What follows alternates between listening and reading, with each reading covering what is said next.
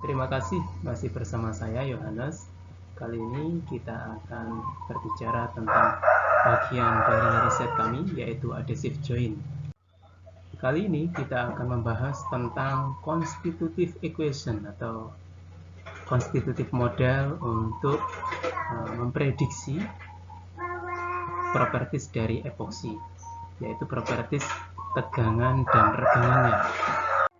Yang akan dibahas di sini adalah bagaimana cara mendapatkan parameter-parameter yang akan digunakan di dalam constitutive model tersebut, sehingga kita bisa memprediksi dengan tepat atau paling tidak mendekati perilaku stress strain dari epoksi tersebut.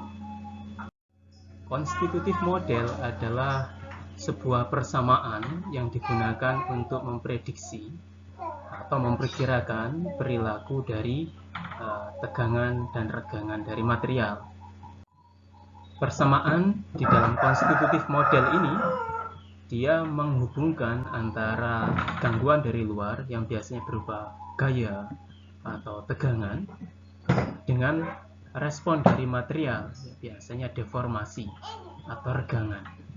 Constitutive model atau persamaan di dalam constitutive model ini sangat bervariasi dan bergantung pada karakteristik dari material tersebut, sehingga dia akan mempunyai parameter yang berbeda-beda.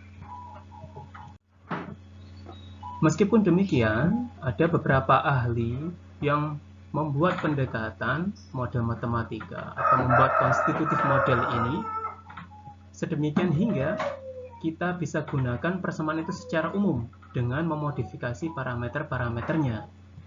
Nah, parameter-parameter tersebut bisa kita tentukan dengan melakukan beberapa percobaan. Tidak perlu melakukan keseluruhan percobaan. Hanya beberapa percobaan saja yang cukup untuk menentukan nilai parameter-parameter tersebut. Nah, sebagai contohnya, mari kita bahas salah satu contoh constitutive model untuk epoksi. Nah, pada slide ini kita melihat ada beberapa grafik dari dua jenis epoksi yang berbeda. Yang sebelah kiri epoksi MA560 dan yang sebelah kanan DB460. Kita lihat di sini bahwasanya epoksi dideformasi dalam rentang strain yang kecil sekali, sehingga kurva stress strain-nya itu hanya berada pada rentang strain 0 sampai 0,08. Nah, bagaimana jika ternyata strain yang diaplikasikan pada spesimen epoksi ini lebih besar, lebih dari 0,08? Tentu saja kita tidak bisa menentukan dari kurva ini, sehingga kita perlu memprediksinya. Itu adalah salah satu fungsi dari constitutive equation. Yang kedua, setiap grafik untuk masing-masing epoksi, mereka mempunyai respon tegangan, regangan yang berbeda-beda, dan itu bergantung dari strain rate-nya atau laju deformasinya. Maka kita nanti akan memilih constitutive equation yang melibatkan pengaruh dari strain rate tersebut. Dari sekian banyak model konstitutif yang akan kita pilih di sini adalah model Ramberg-Osgood.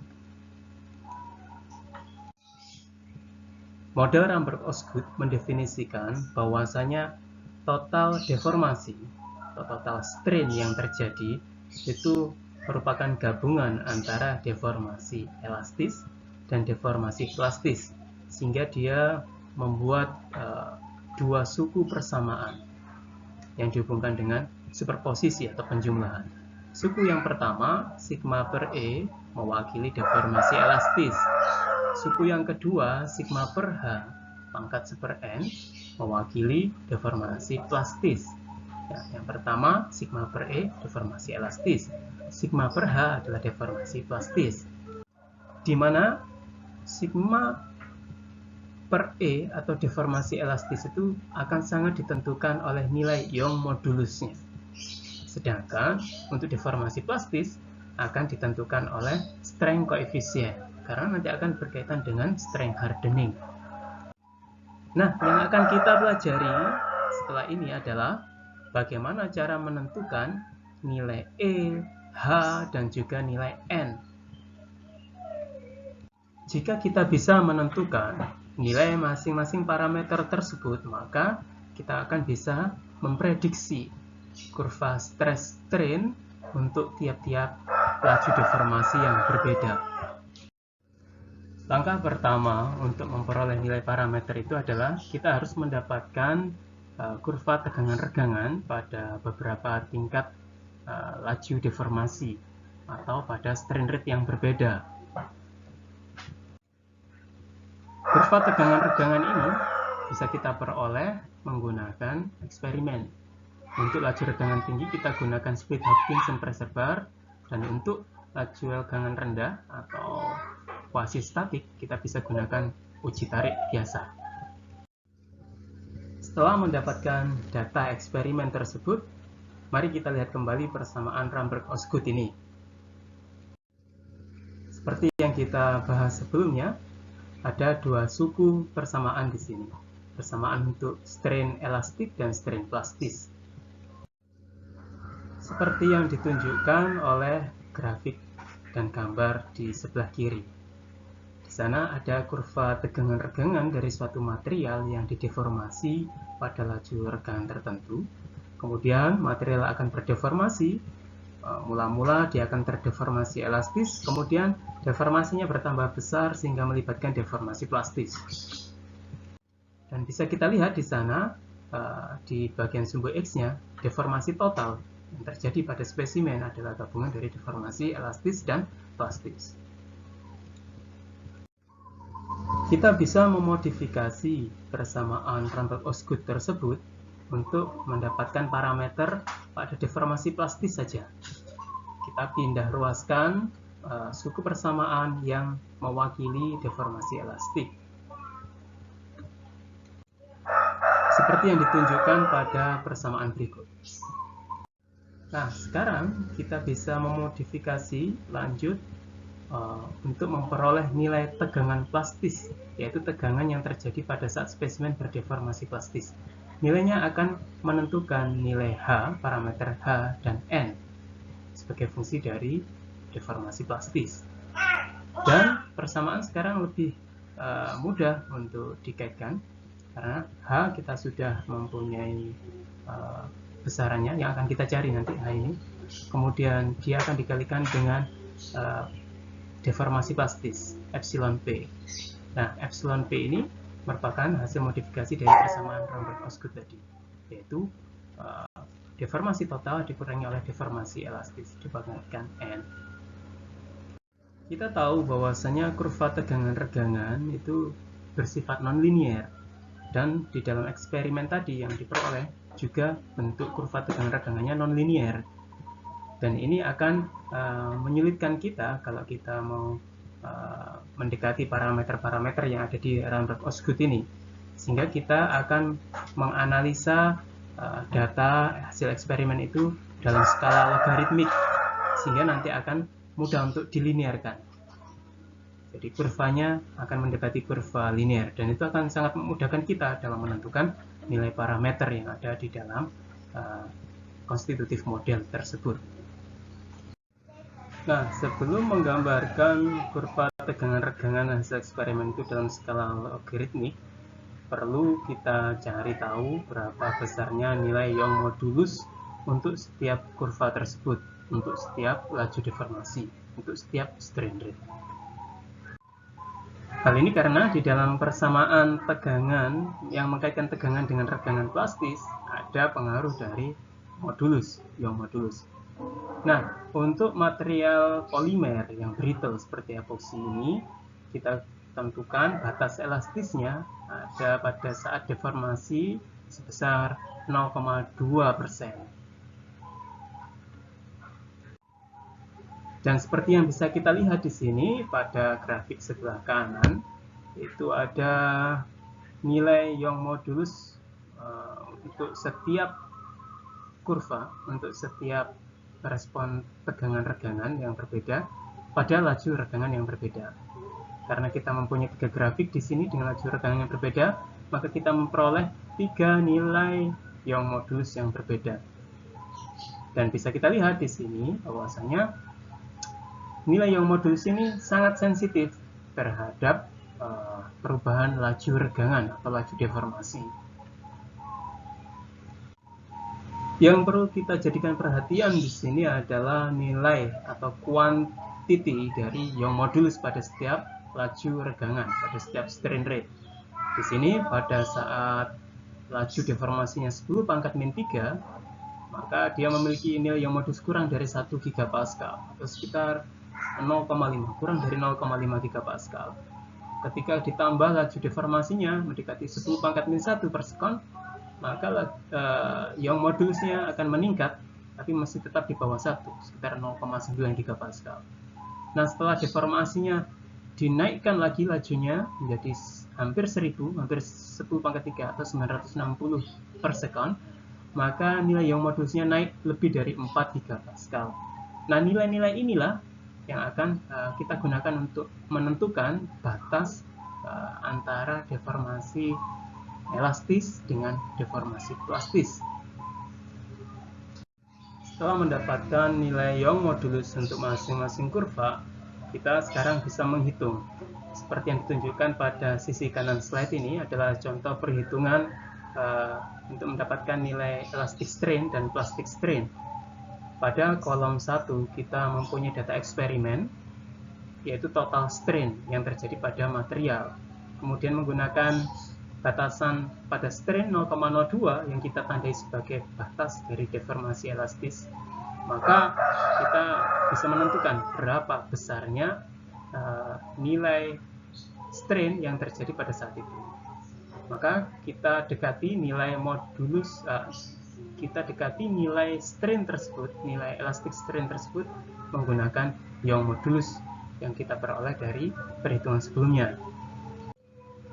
Dengan persamaan yang ditentukan oleh hukum Hooke, yaitu bahwasanya deformasi elastis adalah sebanding dengan tegangan yang terjadi dibagi dengan Young modulusnya.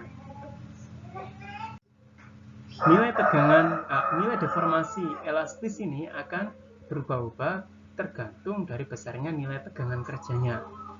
Sehingga pada setiap titik di kurva yang sebelah kiri itu, kita akan mempunyai nilai elastic strain yang berbeda-beda, seperti yang ditunjukkan pada tabel perhitungan. Dan ingat, deformasi plastis dihitung setelah batas deformasi elastis, yaitu setelah deformasinya lebih besar dari 0,02 strain.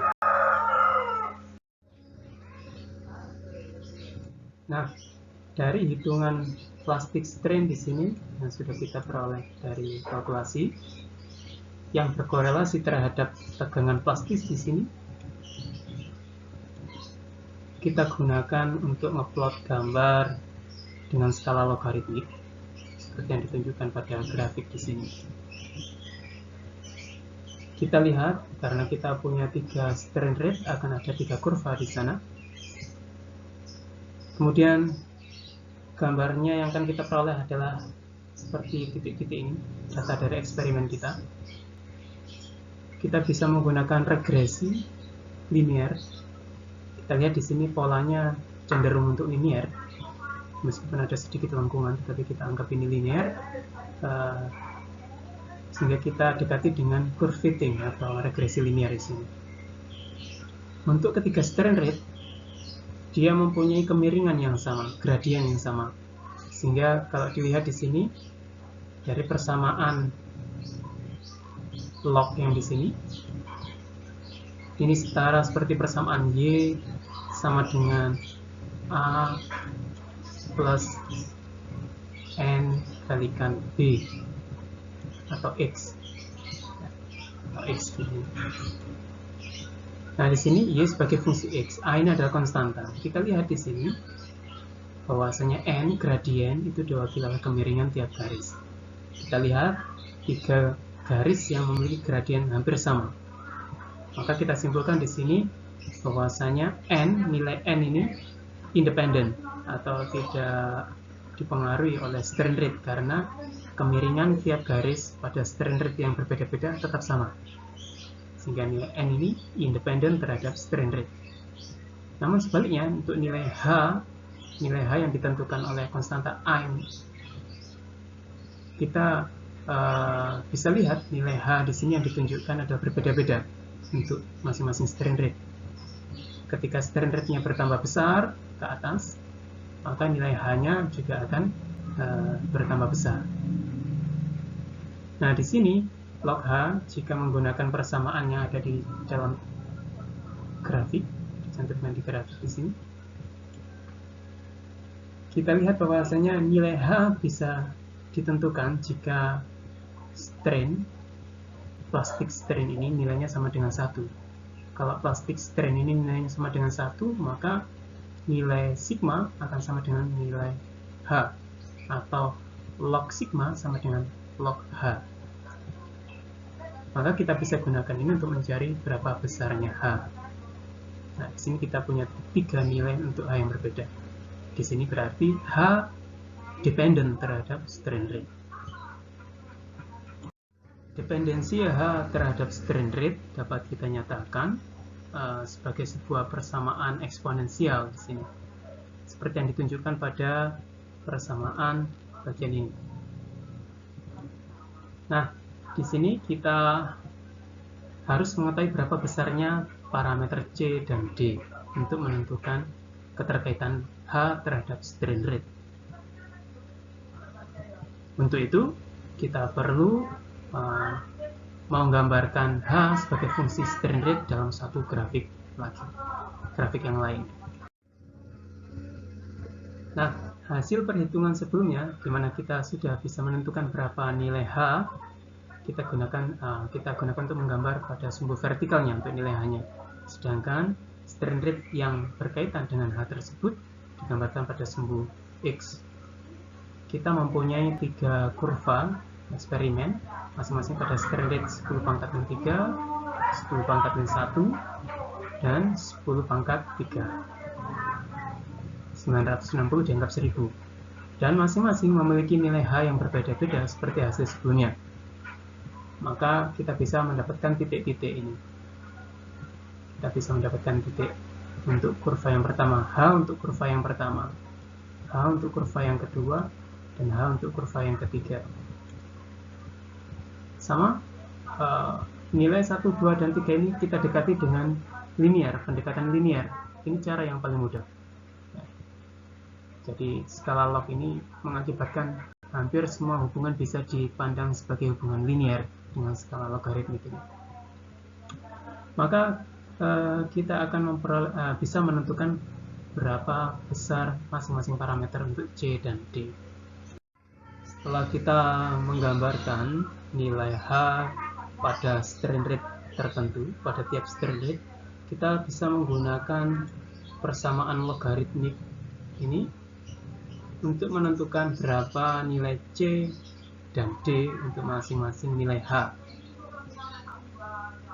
Kemudian di sini kita lihat ada kurva linear sebagai pendekatan untuk menentukan nilai C dan D. Di sini dari persamaan logaritmik, nilai D ditentukan oleh gradien. Ini setara dengan gradien dari kurva. Kemudian nilai log C diperoleh ketika strain rate bernilai 10 pangkat 0. Di sini, ketika strain rate-nya sama dengan 1, 10 pangkat 0, maka persamaan ini akan menjadi 0. Dia akan menjadi 0 ketika strain rate-nya sama dengan 10 pangkat 0, maka dia akan hilang karena nilainya sama dengan 0. Sehingga di sini log H sama dengan log C, sehingga H akan bernilai sama dengan C pada strain rate ini. Nah, di sini kita memperoleh nilai C sama dengan H. Dan di sini kita dapatkan nilai 146,35 MPa. Parameter untuk menentukan deformasi plastis dan tegangan yang berkorelasi dengan deformasi plastis sudah kita selesaikan. Kita sudah mendapatkan 3 parameter, yaitu C, D, dan N. Parameter C dan D untuk menentukan nilai H, sedangkan parameter N adalah konstanta untuk yang mempengaruhi karakteristik dari deformasi plastis. Sekarang kita akan menghitung berapakah nilai deformasi elastisnya dan bagaimana perilakunya. Pertama kita plot dulu nilai modulus Young untuk masing-masing strain rate dari hasil pengujian. Kita plotkan dalam skala logaritmik seperti ini. Kita lihat bahwasanya untuk masing-masing adhesif di sini ketika strain rate-nya berubah, maka nilai Young modulusnya juga berubah. Maka kita sebut nilai Young modulus ini dependent terhadap nilai strain rate. Sehingga kita harus membuat model matematika di mana nilai E ini juga akan bergantung pada strain rate.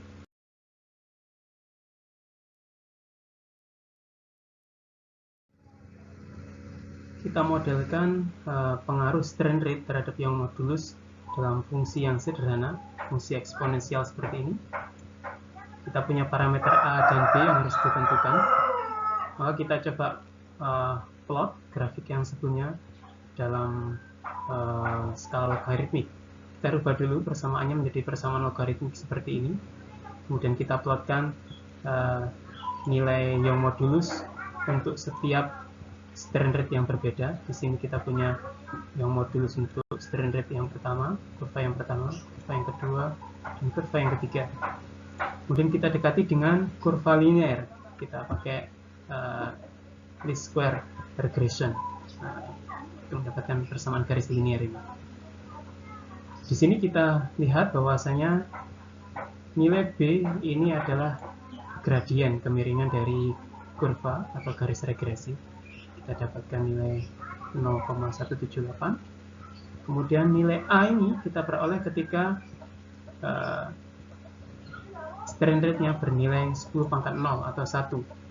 Ketika nilainya strain rate-nya ini sama dengan 10 pangkat 0, maka nilainya akan sama dengan 1. Kalau dimasukkan di dalam persamaan logaritmik, maka dia akan menghapus atau meniadakan ruas yang paling kanan, sehingga log E akan sama dengan A. Dan itu kita dapatkan di sini untuk nilai A-nya sebesar 2097 MPa. Nah, sekarang sudah lengkap semua parameter untuk elastis maupun untuk plastisnya.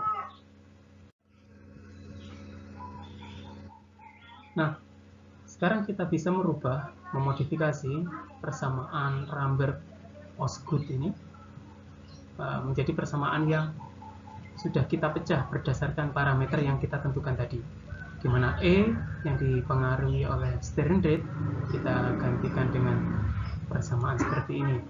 Demikian pula untuk H juga seperti ini. Sedangkan N karena dia independen terhadap strain rate, maka tetap bentuknya seperti asal Ramberg-Osgood equation. Nah, kalau diringkas, jika kita melakukan step-step tadi pada masing-masing grafik untuk masing-masing epoksi, maka kita bisa peroleh nilai parameter seperti berada di dalam tabel ini. Dan jika kita gunakan nilai-nilai dalam tabel tadi untuk mendapatkan hubungan kurva tegangan dan regangan dari epoksi, masing-masing epoksi sesuai dengan strain rate-nya, kita akan memperoleh grafik seperti berikut. Contohnya untuk MA560 di sini kita punya 3 kurva garis kontinus dan putus-putus yang menggambarkan hubungan tegangan regangan untuk strain rate yang berbeda. Kemudian titik-titik di sini dengan warna yang sama menunjukkan pendekatan teoritis menggunakan model Ramberg-Osgood yang sudah dimodifikasi parameternya. Kita lihat di sini bahwasanya tetapi nilai atau karakteristik tegangan regangan dari tiap epoksi adhesif bersesuaian dengan model Ramberg-Osgood tadi, ditunjukkan oleh kurva yang berhimpit antara teoritis dengan eksperimen. Ya. Namun keuntungannya menggunakan pendekatan teoritis ini adalah kita bisa memprediksi berapa besarnya tegangan yang terjadi untuk regangan yang lebih besar daripada yang kita miliki di dalam eksperimen. Misalkan di sini kita ingin menentukan berapakah kira-kira tegangan pada material epoksi ketika nilai regangannya adalah 0,1. Ini tidak mungkin kita tunjukkan pada kurva eksperimen karena tidak tercover di sana ini. Namun dari pendekatan teoritis kita bisa memprediksi bahwasanya nilainya yang bersesuaian dengan nilai tegangan yang bersesuaian dengan nilai strain sama dengan 0,1 bisa dilihat dari grafik ini. Nah, demikian tutorial untuk menerapkan constitutive model pada material sudah disampaikan. Sekarang silakan dicoba untuk constitutive model Ramberg-Osgood ini pada hasil eksperimen kalian masing-masing.